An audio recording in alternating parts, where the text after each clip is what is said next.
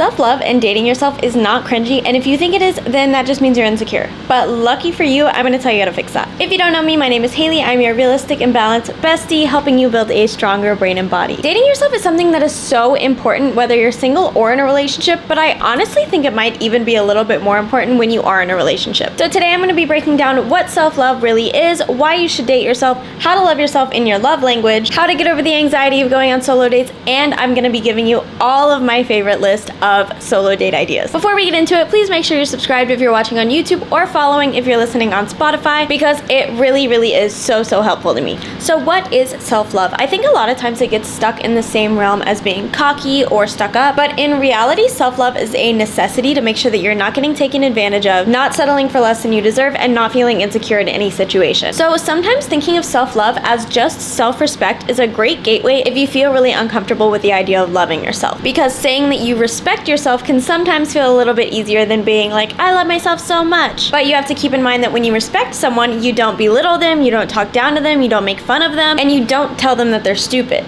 No, you just treat them like they're a human fucking being. Unfortunately, sometimes when we're in the depths of overthinking, we forget that we too are just human beings. So anything that you wouldn't say to someone that you respect, you shouldn't be saying to yourself. And respecting yourself can mean literally anything. It can be something as small as just doing something for yourself that you know is going to make you feel good inside and out. So maybe even just going for a walk or exercising or feeding yourself good food. And I know that kind of makes respecting yourself sound a lot like taking care of a dog, but just stay with me here. Like with anything else, starting small is going to be the key, because you have to build confidence in yourself to know that you're going to do the things that you say you're going to do. And the more trust you build with yourself, the easier it's going to be to respect yourself. Because in all honesty, how much do you really respect someone that you don't trust? So saying to yourself, I'm going to go on a walk 3 times this week because I care about my body and I care about getting it some fresh air, and then actually going on those walks is going to build so much trust in yourself to know that you can actually do the things that you say you're going to do. And over time, the more things that you actually stick to that you said you're gonna do, the more trust that you're gonna build with yourself. And I won't lie, you're gonna feel like you're really having to push to build this respect if you've been talking to yourself really negatively for a lot of years, or if you had someone in your ear speaking to you negatively over the years. So it can help to kind of treat yourself like someone that you're in a relationship with. A few years ago, my therapist actually said something to me that stuck with me so much that it completely changed my entire self-love journey. And all she said was that falling in love with someone else takes time, effort, and sitting with them throughout the hard times.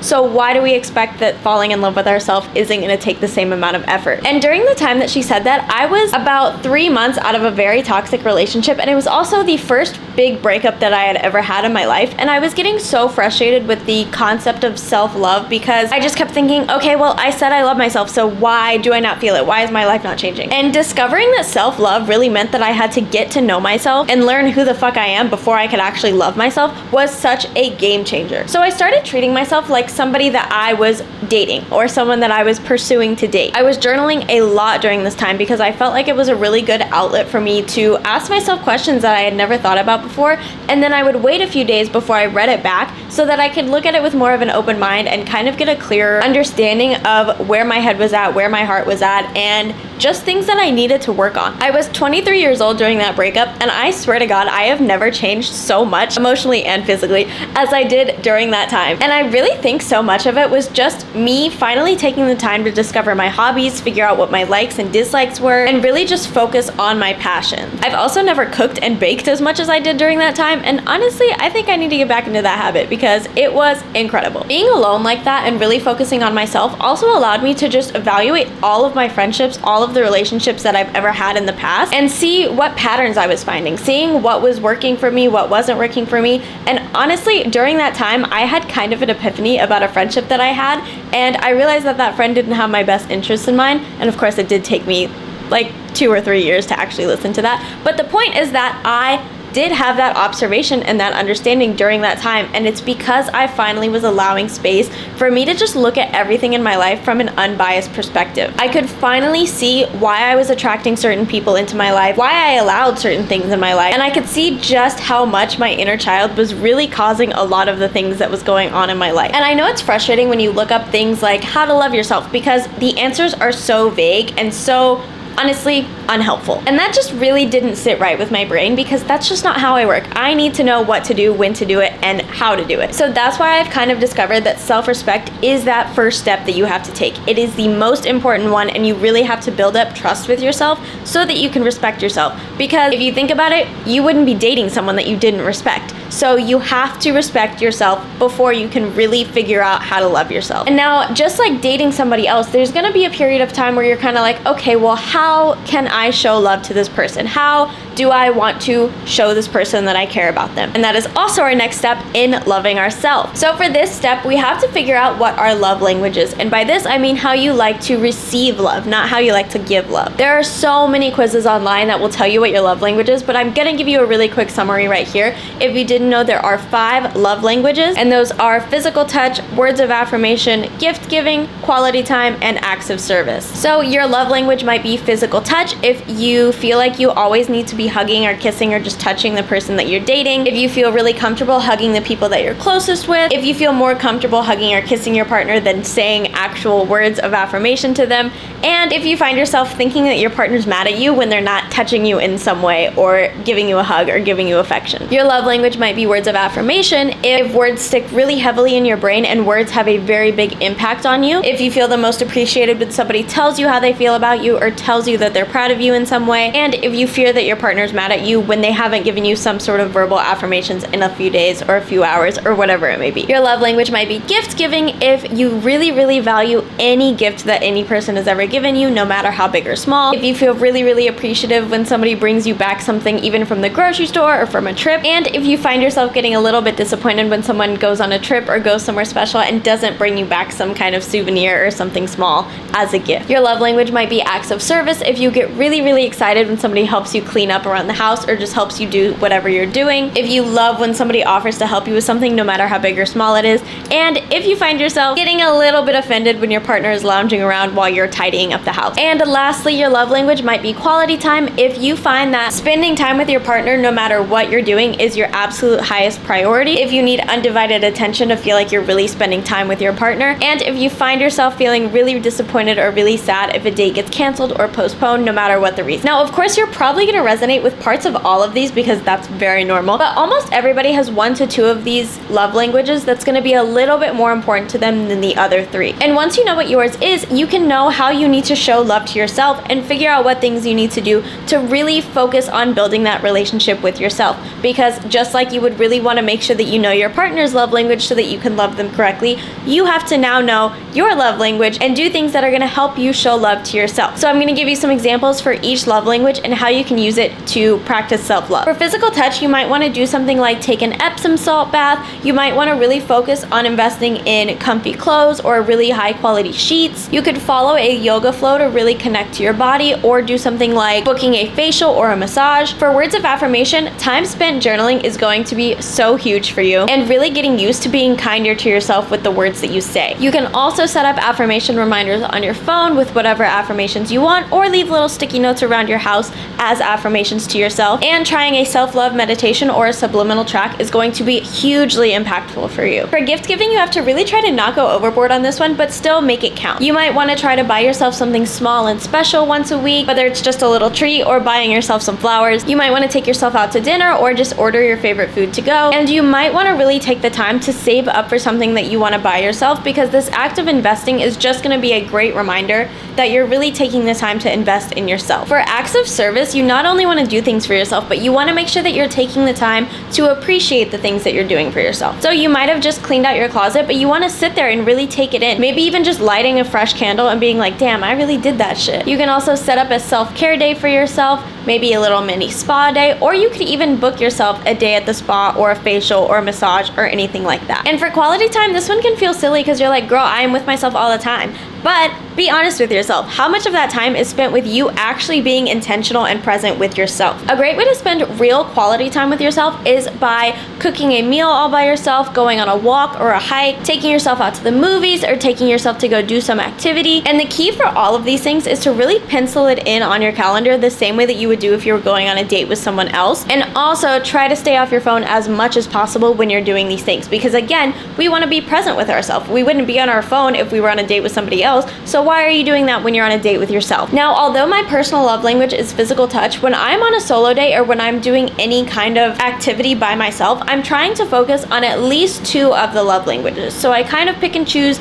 I'll switch it up from time to time. So I might do something like take myself out to a nice dinner, which would be gift giving, and then I might go home to the self-care spa setup that I have, which would be acts of service. So in everything that I do, I'm just really aiming to try to tick off at least 2 of the love language boxes, because I really think that that is the cheat code to mastering self-love. Now, you might still be thinking, okay, that sounds great, but I physically can't get myself to go anywhere alone. I'm way too anxious. And trust me, I was the same way. I started very, very slow by just going to coffee shops and bringing my laptop or a book, because I really think that coffee shops are a great way to break into going to places alone, because it's so normal to be in a coffee shop alone. In fact, as a seasoned coffee shop goer now, I can tell you that in almost every coffee shop that I go to, 80% of the people there are there alone. So let a coffee shop be your starting point if you need it to be. From there, I worked my way up to doing things like yoga classes, workout classes, or just group activities in general, because those are also things that it's not weird to go to alone. And as someone who taught workout classes for a year, I can tell you most people go to those alone. I think a huge key when it comes to going places alone is just to be friendly. Just smile at people. Because I know a lot of times we get in our head and we're like, oh my God, what are people gonna think when I'm alone? They're gonna think I'm so weird. But the truth is, if you just go into wherever you're going and you just act like it's another day for you, like you're just there to get your coffee, or you're just there to take this class, and you're just smiling with people and engaging in conversation but not being desperate for people to talk to you, people are gonna look at you and be like, oh, she's probably just going on her way to work to get this coffee, or wow, she's really crushing it in this workout class right now. The only way that people are gonna think anything other than that is if you're walking into this place, you're scanning the room, you're avoiding eye contact with people, you're checking to see if anybody's looking at you, and then you're going in a corner, you're putting your head down, and you're being super, super awkward. Now that is when you might get some weird stares, but you're not gonna do that, because at this point, you respect yourself. And you say to yourself, nobody that I respect is worried about what other people think of them. Now from there, I personally worked my way up to going to restaurants alone, and I did that mostly by starting by just sitting at the bar in a restaurant. Now my little hack is that 1, I'm a little bit insane, and 2, I did go to school for acting. So when I was first starting out and I was feeling really, really insecure at the idea of going places alone, I would pretty much just pretend that I was playing a part. A lot of times I would strategically pick places that were either in a hotel or really close to a hotel, and I would just tell people that I'm visiting if they asked me any questions at all. And because I would go sit at the bar in wherever I was eating at, it's pretty much inevitable that the bartender is probably gonna strike up a conversation with you, especially if it's during the middle of the day or if it's a little bit dead. And so I would just pretend that I'm playing the part of my ideal self. So when they would ask me, oh, why are you here alone? Are you waiting for somebody? Whatever. I wasn't confident enough at this point in my life to say, oh, I'm solo dating. I'm here alone. Like, I'm doing this on purpose. So I would just be like, oh, I'm just visiting. I'm in town because I'm gonna move to Scottsdale to start my business. Do you have any recommendations for me that I should look into while I'm visiting? And now that little trick right there of flipping a question back on them is actually such a huge help when it comes to solo dating, because I find that once you flip a question back on someone, whether it's your server, a worker at wherever you're at, or just a random stranger who's asking you why you're alone, finding a way to ask them a question back is such a great way to get out of your own head, because instead of sitting there and continuing a conversation with them and starting to think, oh my God, what if they're judging me? What if they think I'm weird? They think I'm a loser because I'm here alone. No, you ask them a question now. So instead of overthinking, your mind is just focused on listening to whatever answer they're about to give you. And once they give you an answer, bam, you are just back to your solo date, back in your own little bubble. Sometimes I still imagine like I'm in my little acting persona if I'm going somewhere completely new for the first time, and not even because I'm focused on trying to play a part or anything like that at this point,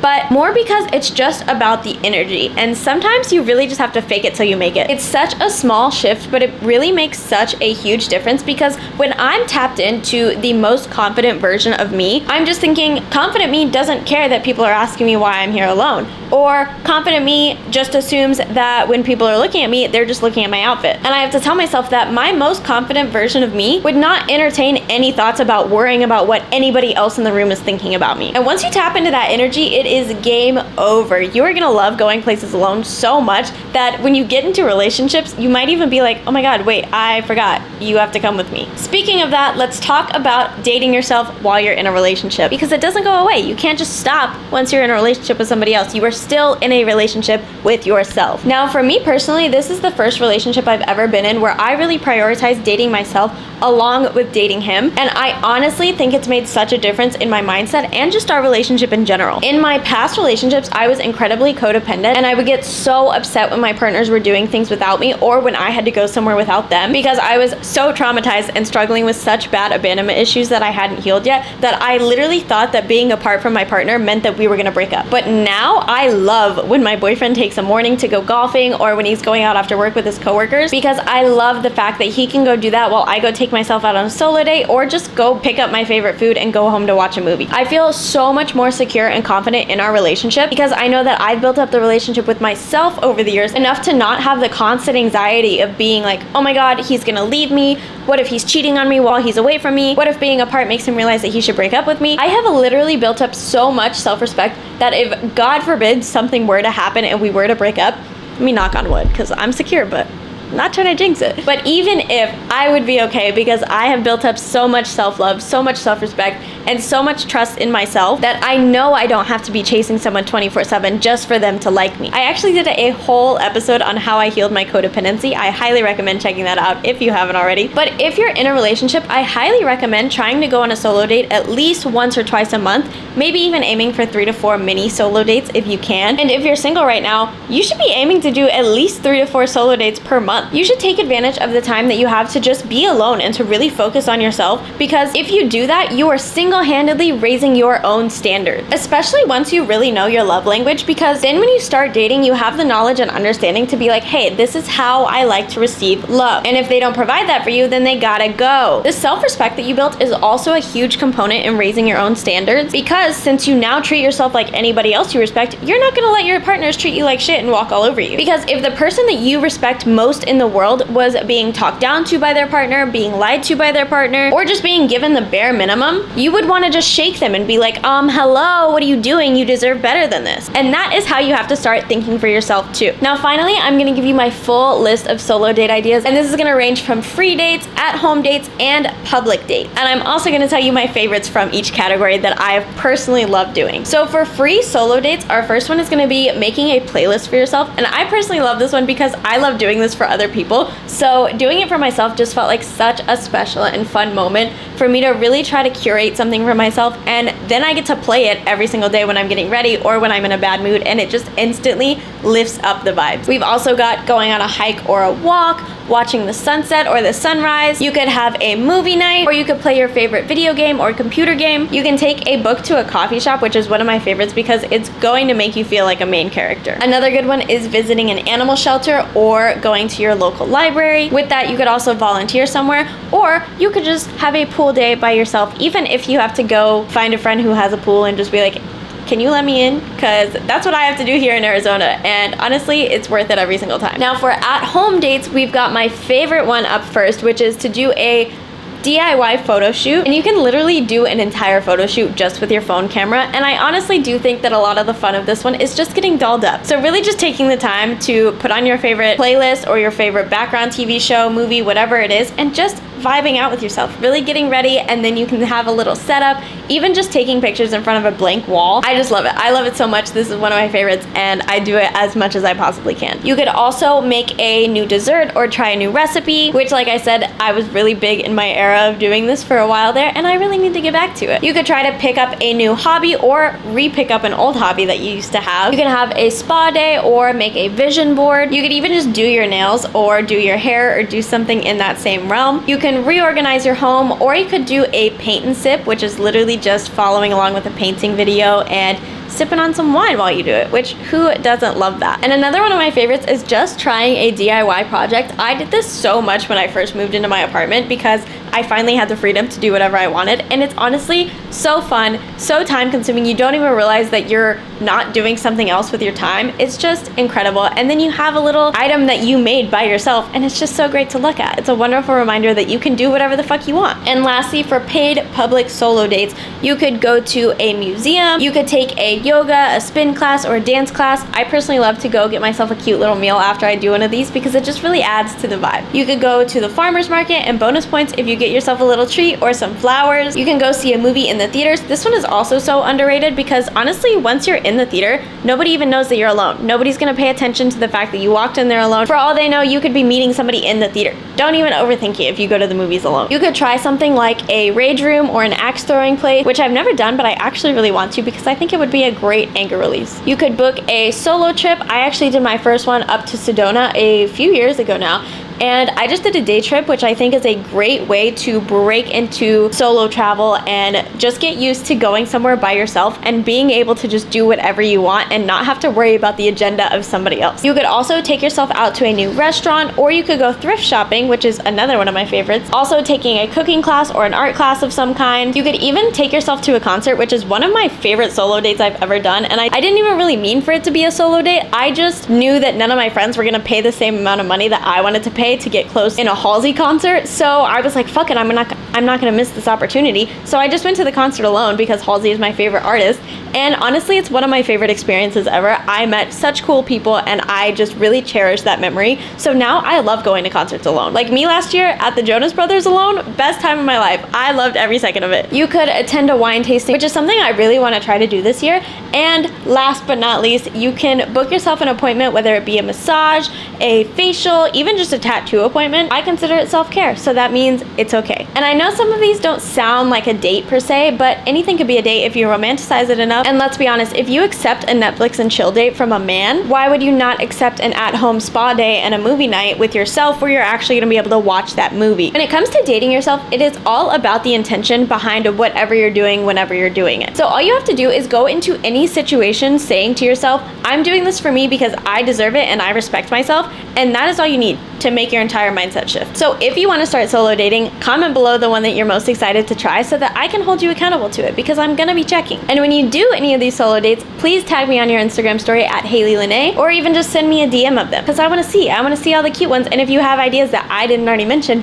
please tell me, because I definitely want to try it out. If you're not following my podcast on Spotify or subscribe to me on YouTube, please take a second to do that right now because it will help me out so much. I've also linked hundreds of free journal prompts down below for you to try because, like I said, journaling is a huge component in your self-love journey. And I've also linked my fitness and mindset app below as well because I want you to be able to have access to all of the fitness and the mindset programs that I have on my app. That is all for today. Until next time, be kind to your mind, to your body, and to others, and happy healing. Or fault.